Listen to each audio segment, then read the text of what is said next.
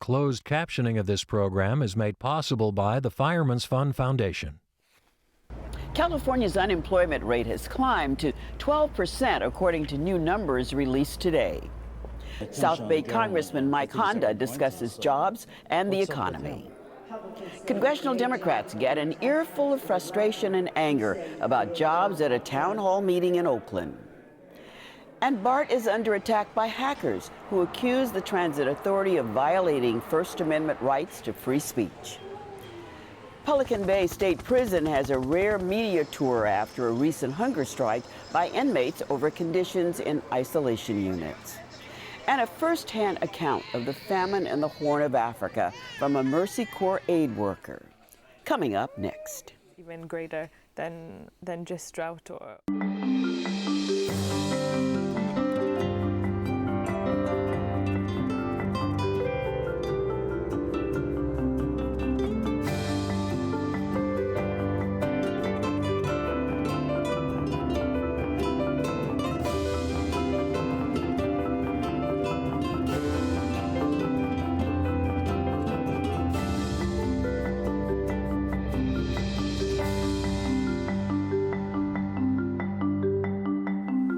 Good evening, I'm Belva Davis, and welcome to This Week in Northern California. California now has the second highest unemployment rate in the nation at 12%, just behind Nevada at 12.9%. Earlier today, I spoke with Silicon Valley Congressman Mike Honda about what Washington lawmakers can do to get people back to work. Congressman, you're on the Budget Committee in Washington. You're also chair of the Progressive Caucus, which is a minority caucus of the Democratic Party, which is a minority party in a Republican Congress right now. How can you have an impact on this job picture, the need to create more jobs? Well, being part of the Progressive Caucus, we think ahead and we think outside the box. So it allows us an opportunity to put forward things that, well, basically are common sense and just stick it out. We listen to the kinds of things that are being shared with us from the other side, and we know that it's not going to work. So we're kind of outspoken folks that are not afraid to, I guess, speak the truth. But the truth to you is to create jobs. The truth that we hear from the Republicans is to reduce the deficit, and not much said about job creation at all. With them in the majority, how do you get anything done that you want to see done? Yeah, well, I think one is that we have to explain that the deficit is not about creating jobs or cutting the deficit. It's not about doing it. It's about having a good budget that reflects a composite, comprehensive plan that talks about how you utilize revenue and how you address the needs of this country. And one of them is job creation. And in our budget, the progressive budget, and President Obama had also offered the concept of a bank, infrastructure bank, where we put money in for loans for local governments so that they can proceed with the jobs that they need in the local areas. And our total budget, we talk about pulling out of Afghanistan and Iraq, and that's $1 trillion that doesn't have to be spent in the next 10 years. So we save $1 trillion plus $400 billion on the financing of that trillion. And that's money that we can redirect into the economy and create jobs, white collar, blue collar, and sustainable kinds of jobs too. In Silicon Valley, we're turning around. It's only because we're focused on research and development and creating new green jobs that people can learn to do or people can expand in. So it's not about focusing on what the Tea Party talks about. It's about deflecting and redirecting people's attention. You're from the 15th Assembly District. Yes, that takes in a lot of Silicon Valley. That's Do you correct. think that area is carrying as much of the load as President Obama seemed to have hoped they would in terms of providing and stimulating the economy?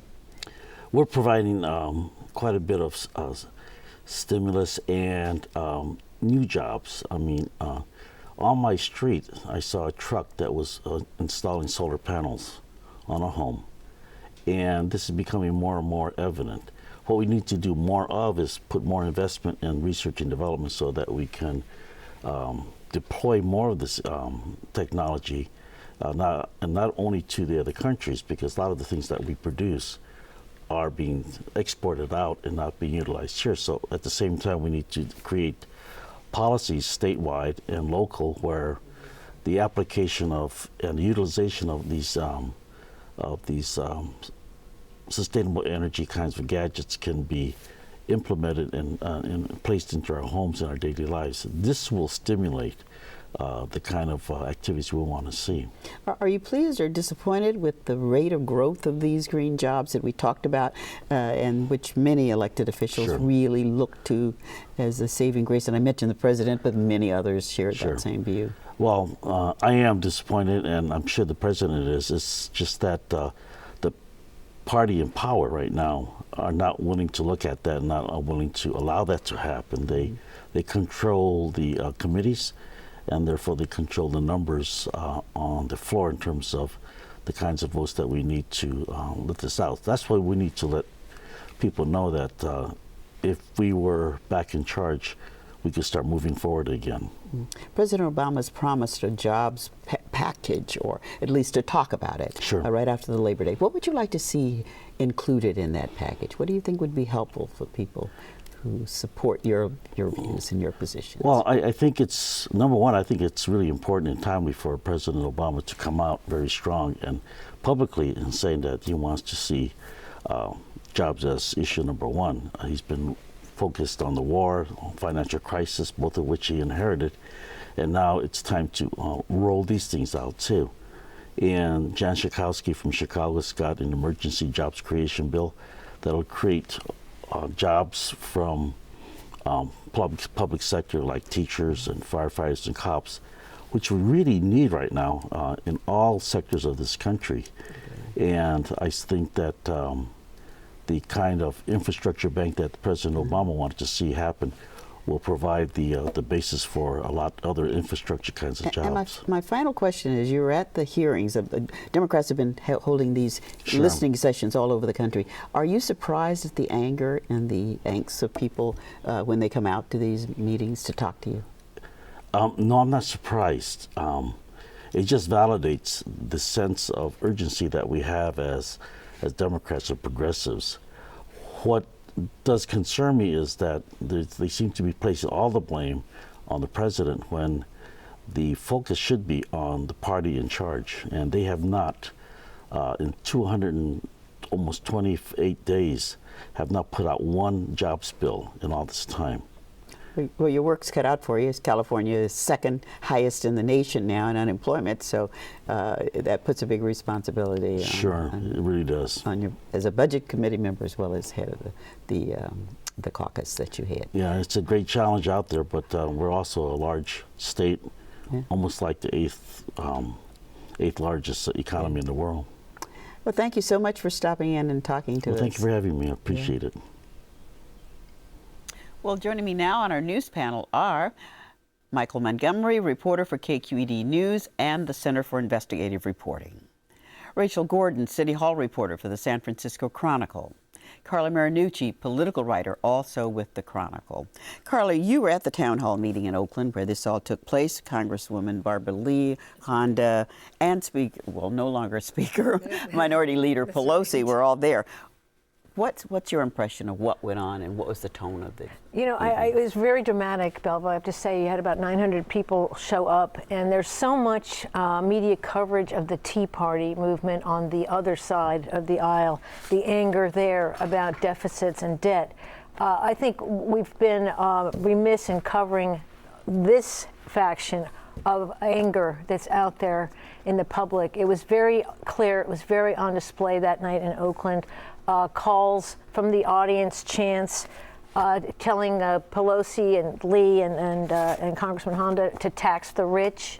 At some point, calling them sellouts on the issue of the debt agreement. They were talking about ending the war. I mean, people lined up, and we heard story after story of frustrated people who wanted to work, who want jobs, and are very, very concerned about what is going to happen here. I think when we're looking at this kind of anger out there, I think the presidential race hinges on this issue. President Obama is about to unveil his jobs plan in September, and I think a lot is riding on it for both the Democrats and the Republicans here. Carla, we've seen the brilliance of Republicans in terms of staying on message, whether it's going to be Maine or California or Texas or Minnesota. It's the same message, same time of the day, day after day after day. Right. The Democrats have not been as good at doing that, even though that anger's there. We've known what the positions have been by the progressive faction, the more liberal. Do you think there's going to be any change that they can now say, okay, we have the people behind us on this, and then they could do the message, or are they just going to? It was interesting because Pelosi at this meeting, sort of gave a message out there. This super committee on deficit reduction is about to begin meeting. And there are some members of that committee on the Republican side, Tea Party members, who are absolutely against any kind of proposals, as Honda talked about, which is creating public sector jobs, anything that's perceived as stimulus spending. And that this is going to be a battle, I think, like we've never seen. She said there is no magic formula. She's right, Pelosi but she said we all have to come to some kind of conclusion here, some kind of agreement. It doesn't look like it's happening more and more. That when you look at the rhetoric on the presidential race, when you look at the rhetoric, all the different congressional races, they're all on right now having meetings at town hall meetings in their own districts. This is going to be the issue, and I think so much is at stake for President Obama with this jobs plan coming up, and we're going to start seeing Republican presidential candidates hitting California. And at this point, you're right, on the Democratic side, on the progressive side, particularly on that end of the party's spectrum, there are people who are saying it is time to end the wars, tax the rich, go after the corporations. So where does Obama land on this? Does he going to go to the middle again, or is he going to go to the progressives? That is the question, Rachel. And particularly when you're talking about taxing, nobody wants to talk about raising taxes, but even Warren Buffett this week raised that and got a tremendous amount of publicity. Well, we're hearing it at least from the local progressive Democrats on this issue. Right. Well, Rachel Gordon, this week hackers broke in and took confidential information from BART yet again, some personal information about their officers. Where is this whole problem going? Right, so this whole issue is really a debate at this point, between free speech and public safety, and that's how BART is casting it. We have to look back a little bit of what happened. It was last week when BART, which is a regional rail service, 350,000 boardings a day, 4 counties, a lot of people rely on that. BART decided, because there was an anticipated protest, to shut off cell phone service, texting ability in the downtown stations in San Francisco. They said this is a way that protesters organize, is to go and say, we're here, go to this way to get people moving. We've seen that happening not just here, but across the world, really, to get protesters out there. BART said they did it preemptively because they wanted to stop disruption of trains and stop any possible violence or public safety issues. If there are a lot of protesters in these very narrow stations, people could get hurt on a train. The hackers collective called Anonymous then said, you can't do that. This is a First Amendment issue. We're going to show you, more or less, they said. So they went into 2 websites, one, a BART marketing website, and published the names and addresses, personal information about a number of the members of the public who have signed up for that program, and also to the BART Police Union website, and put home addresses of some police officers out there as well. And they aren't planning to stop anytime soon necessarily. There has been a lot of public outrage about this kind of all over the place. One, don't cut off our cell phone service. It's become so ubiquitous. We really count on it. The other hand, BART's saying we want to make sure people can get home safely. Okay, but doesn't the hackers group Anonymous undermine their cause very dramatically when they do things that hurt working people, putting out their private information, particularly both for the police and the general public? I mean, that's a serious issue for working people. Right, a lot of people are angry about that. It's also a way to get public attention. It seems anytime there's civil disobedience, one of the ideas is to inconvenience regular people, whether you're sitting in the road at Livermore Labs to stop the nuclear bomb being made there or being designed there. There's always going to be a public inconvenience. Not only did it happen with the protests, with the websites being hacked into, but we also saw this past Monday when there was a protest that was called by Anonymous through the social media networks. BART decided because of that to shut down 4 downtown San Francisco stations. I was covering that protest, and there are a number of people, whether they were visitors or just folks just trying to get home, the evening commute, who couldn't go and get BART, and they were trying to figure out what to do. There's a lot of disruption. They're saying, some of the people are going, hey, look, you know, we can understand the cause if you're angry about something, but why don't you go and protest at BART headquarters instead of, as you're saying, protesting working people just trying to get home. Right, exactly. I mean, well, question you mean? Mm-hmm. Well, no, I mean, the initial security threat, how significant was it? I mean, we're balancing, you know, freedom of speech and public safety. What was your Well, if anyone's been into a BART station during the morning or evening commutes, there's not a heck of a lot of room to maneuver there. People are lined up. It is scary when a train comes whizzing into the station. If there's a protest there and there are police and media there, you're going to get thrown onto the tracks by mistake somehow. So there was that real concern. There's also a protest earlier at the BART stations where people were disrupting service, climbing on top of the trains. Now, this wasn't just, people weren't just protesting for the sake of protesting. We should say really what prompted this. And on July 3rd, there was a shooting, a BART police shooting of a homeless man in the Civic Center station. He was said to be wielding a knife. BART has had problems before with police shootings. We know it was on New Year's Day a couple of years ago when an unarmed man was shot on a BART platform. So there was a lot of anger still bubbling about that. So it was the latest shooting, the July 3rd shooting, that prompted these protests. So first it was about the police activity, then it became about free speech rights. Now BART is going to have a public hearing on the whole cell phone issue this coming week, next week, to talk about it. The BART board members have weighed in on different sides. Some say it was a good thing to do for public safety. Some say, wait a minute. You guys, management, did this decision by yourself without the policymakers, the elected BART board. So now the public's going to get a right to weigh in as well. And people know about this all over the world. Yeah, Facebook, Twitter, email accounts, cell phone texts, it's everywhere. Well, Michael Montgomery, you were one of 7 members of the media that was allowed to tour the high security wing of Pelican Bay Prison this last week. Tell us what you found. Well, I've been there before, and what we saw is a fairly bleak place, a windowless unit, security housing units, where the state houses what they deem are some of the most dangerous inmates. Most of the men in there, it's 95%, have alleged ties to prison gangs, either as leaders or as associates.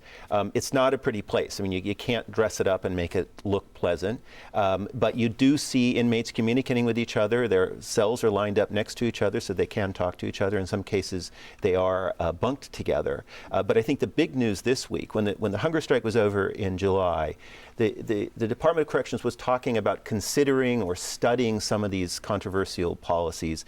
This week, the department moved forward and said they're actually going to be making changes, substantive changes. Now, some of those might need buy-in from the legislature or other folks, but it does look like the department is moving forward to tackle some of these more controversial elements, the main one being why and how inmates are sent into these units and the length of time they spend in these isolation areas. Michael, let me just play devil's advocate here. You know, the charge was that this prison area is so isolated in almost inhumane conditions.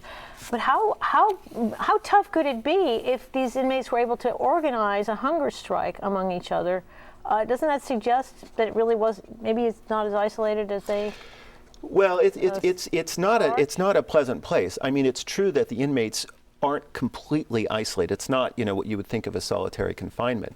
I think to flip that around, the inmates are quite emboldened by what they were able to accomplish, and that is that this hunger strike started in this isolation areas and spread to other prisons. So I think it was quite an accomplishment. The other thing is that they got different inmates from different racial and ethnic backgrounds and different gang backgrounds to come together, and I think that motivated the department to focus on an issue that they were thinking about, but to really spend some time looking at the policies, and that's what they're doing right now. Michael, why did they invite the media out to Pelican Bay? What was the reason for that you could go and see what was happening there? Was the public relations saying this really isn't that bad, or were people demanding we want to No, get a the department was not allowing the media in during the hunger strike, right. So this was to address that, and I think they did want to try to show that some of these inmates are very dangerous, some of these gang members. Okay. Well, thank you, Michael, for following up on this story, because you've been covering it for your organization as well as this program, so thank you.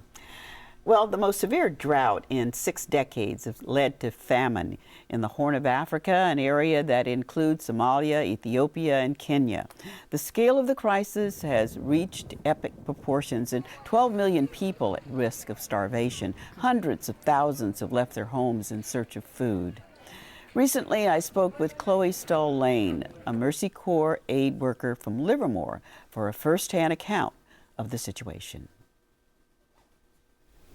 Welcome, Chloe. Thank you. Explain to me what it's like to be there for the hundreds of thousands of people who continue to migrate across borders looking for food. Yeah, in the Horn of Africa, currently 12 million families are affected by hunger due to the drought. And it's really a complex emergency that we have.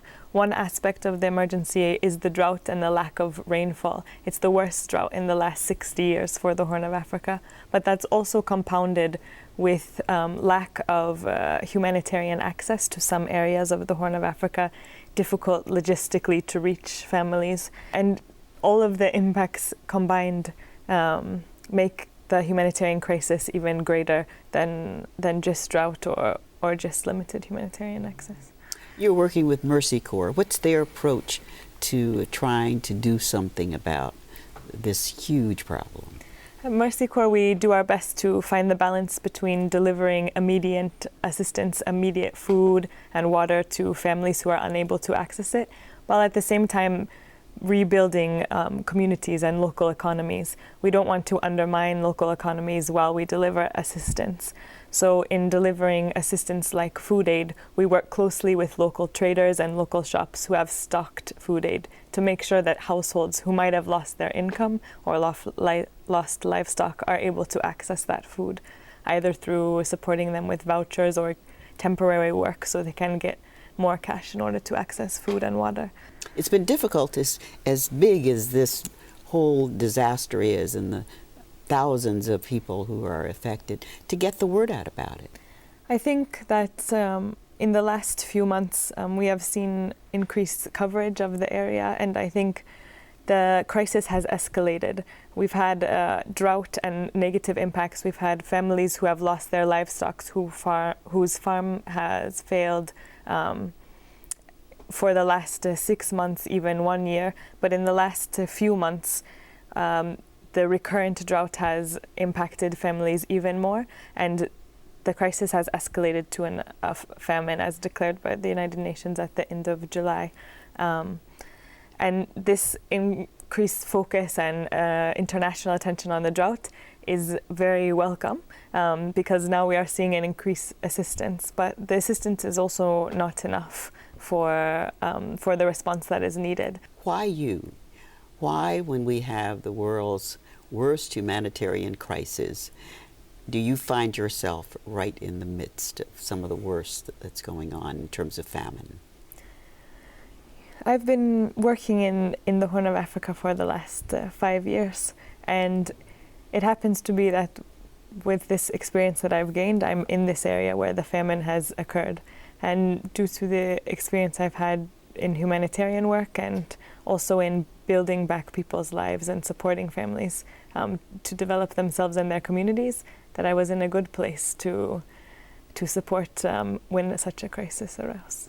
For most or many people, just looking at the photographs from that region is about as much as they can digest in terms of feeling, helpless. And you are there where there are thousands of people, 30,000 children, dying about every 3 months. How do you take it? How do you as a person absorb the disaster? When you sit with families and in communities, you get to know what their struggles are and also their strengths. And as much as it's devastating to see mothers who have newborn children with nothing to feed them, and as much as it's devastating to see the impact of drought and lack of water on communities and on families, you always find strength as well in the families that you're supporting. We are doing a little bit to help them rebuild their lives, but they are ultimately the families who rebuild their lives for themselves. So you always find strength in talking to them about what they're doing and how they're surviving through challenging times. So September, you'll be back in Africa, Yes. dealing with the everyday situation of being a help in that region. Thank you very much, Chloe. Thank you very much. Well, compounding the situation, this week the United Nations World Food Program is investigating claims that food and supplies intended for famine victims is being stolen and sold for profit. Well, my thanks to all of you for joining me here tonight, and my thanks to you too. A program note, we are off for the next 2 weeks, so visit kqed.org/thisweek for program information. And KQED News wants to hear from San Franciscans about what they want in their next mayor, and is seeking reflections on the legacy of 9/11. You'll find all of that and more at our website. I'm Belva Davis. Thank you for watching. Good night.